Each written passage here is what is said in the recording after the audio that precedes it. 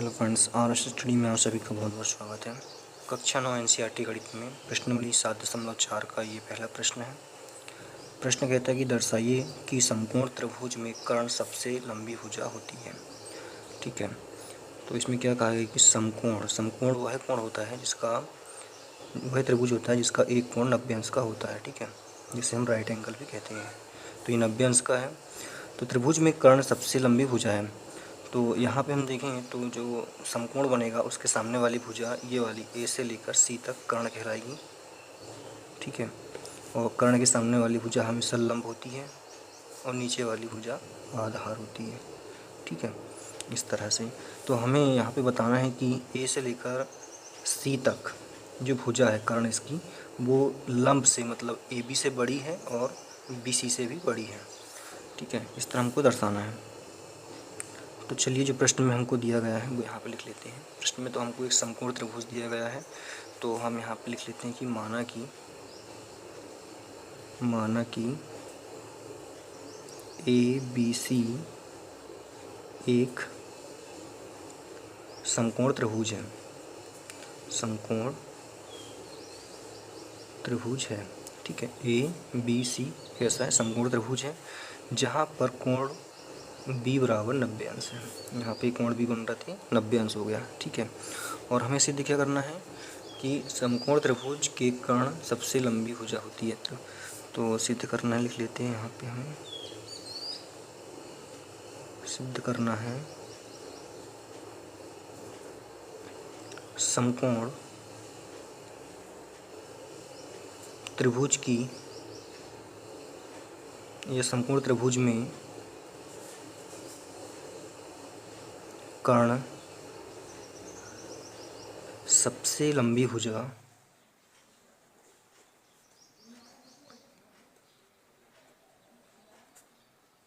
होती है। ठीक है, ये हमको सिद्ध करना है। या हम इसको ऐसा भी कर सकते हैं, इसमें कहा गया है कि जो कर्ण है ए से लेकर सी तक ये बड़ा रहेगा हमेशा। ए सी बड़ा रहेगा भुजा ए बी से, और ए सी मतलब ये वाली भुजा इससे भी बड़ी रहेगी, आधार से भी बड़ी रहेगी, तो ये हो जाएगा बी सी। ठीक है, ये हो गया। और कोण एक 90 अंश का बी जो है वो हमको यहाँ पे दिया गया है, ये समकोण। अब इसको हम हल करते हैं। अब इसको दर्शाने के लिए या ये बड़ी भुजा बताने के लिए हमें यहाँ पे तीनों कोणों का योग मानना पड़ेगा 90 अंश। और हम जानते भी हैं कि ये कह सकते हैं कि त्रिभुज ए बी सी में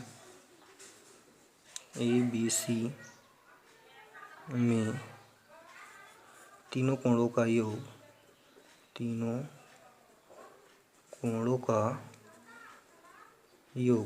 त्रिभुज में तीनों कोणों का योग हमेशा 180 अंश होता है।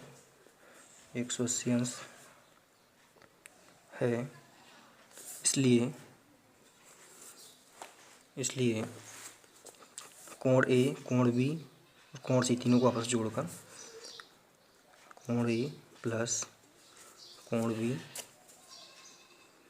प्लस कोण सी बराबर 180 अंश। ठीक है, ये हो गया कोण ए प्लस, अब कोण बी का मान यहाँ पे 90 अंश दिया है तो यहाँ पे हम 90 अंश लिखेंगे, धन कोण सी का कोण सी 180 अंश। अब यहाँ पे कोण ए 90 का पक्षांतर इधर हो जाएगा तो यहाँ पे कोण सी बचेगा यहाँ पे बराबर 180 अंश माइनस ये धन का इधर जाके ऋण का हो जाएगा 90 अंश। कोण ए धन कोण सी बराबर 180 में से 90 गया तो यहाँ पे 90 अंश बचेगा। ठीक है, तो 90 अंश है यहाँ पे। तो अगर हम यहाँ पे देखें ध्यान से तो जो 90 अंश है वो कोण बी के बराबर है। किसके बराबर है? कोण बी के बराबर है। तो यहाँ पे हम लिख सकते हैं कोण ए धन कोण सी बराबर 90 की जगह इसको समीकरण नंबर 1 दे देते हैं। 90 की जगह जाएगा यहाँ पे कोण बी, और लिख सकते हैं यहाँ पे समीकरण 1 से कोण बी का मान रखने पर इस तरह से। ये हो गया।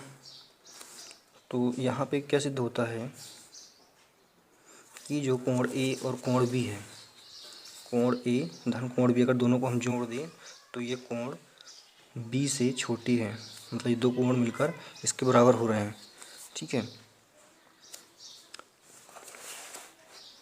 मतलब ये वाला और ये वाला कोण जो है, ये वाला कोण ए और कोण सी, ठीक है, ये दोनों मिलकर इस कोण की बराबर है। अगर ये 90 का है तो ये दोनों मिलकर 90 के होंगे। ठीक है, तो यहाँ पे एक चीज़ और हम लिखेंगे कि कोण बी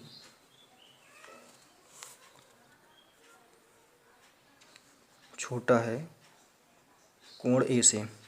ठीक है, कोण ए छोटा है कोण बी से। यहाँ पे सिद्ध होता है कि अगर इनको अलग अलग कर दिया जाए तो ये हमेशा बी से छोटे ही आएंगे, क्योंकि ये दो है, ये सिंगल है, ये दो को मिलकर एक बन रहा है। अगर इनको सिंगल सिंगल कर दिया जाए तो कोण बी जो है वो बड़ा रहेगा कोण ए से। ठीक है, और यहाँ पे एक प्रमेय है, प्रमेय 7.7। ठीक है, ये प्रमेय क्या कहती है, त्रिभुज में कोणों के सम्मुख, त्रिभुज में बड़े कोण के सम्मुख जो भुजा है वो कैसी होती है, बड़ी होती है। प्रमेय 7.7 से प्रमेय कहती है कि त्रिभुज में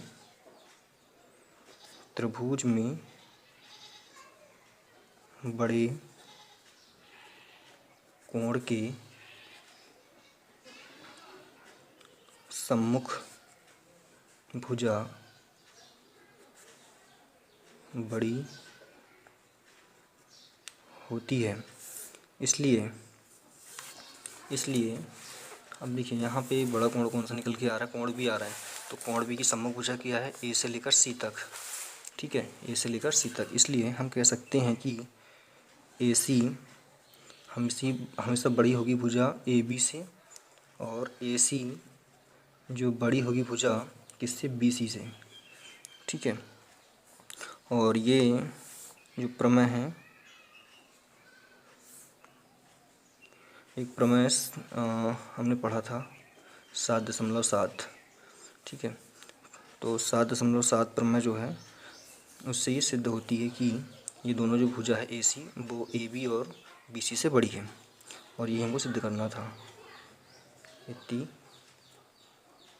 सिद्धम। तो यहाँ से हम देखें तो जो सिद्ध करना था हमको, समकोण त्रिभुज की जो कर्ण की भुजा है या कर्ण भुजा है वो लंबी होती है, मतलब ए सी बड़ा होता है ए बी से और ए सी बड़ा है बी सी से। तो ये कोण दिया गया हमें, कोण भी 90 अंश। ठीक है, समकोण है तो एक कोण इसका 90 अंश का रहेगा। त्रिभुज के तीनों कोणों का मान 180 अंश था, तो हमने मान रखकर यहाँ पे ए और बी बराबर कोण बी लिया। तो इससे सिद्ध होता है कि कोण बी जो है वो बड़ा है इन दोनों कोणों से। तो कह सकते हैं कि कोण बी बड़ा है कोण ए से, और जो प्रमेय 7.7 है उससे सिद्ध होता है कि ए सी भुजा जो है ए बी से बड़ी है, मतलब कि ये वाला कोण है बड़ा है तो इसके सम्मुख कोण ये, मतलब सम्मुख भुजा ये वाली है, तो ये वाली भुजा ए सी बड़ी होगी ए बी से और बी सी से। वही यहाँ पे हमने निकाला, यही हमको सिद्ध करना था।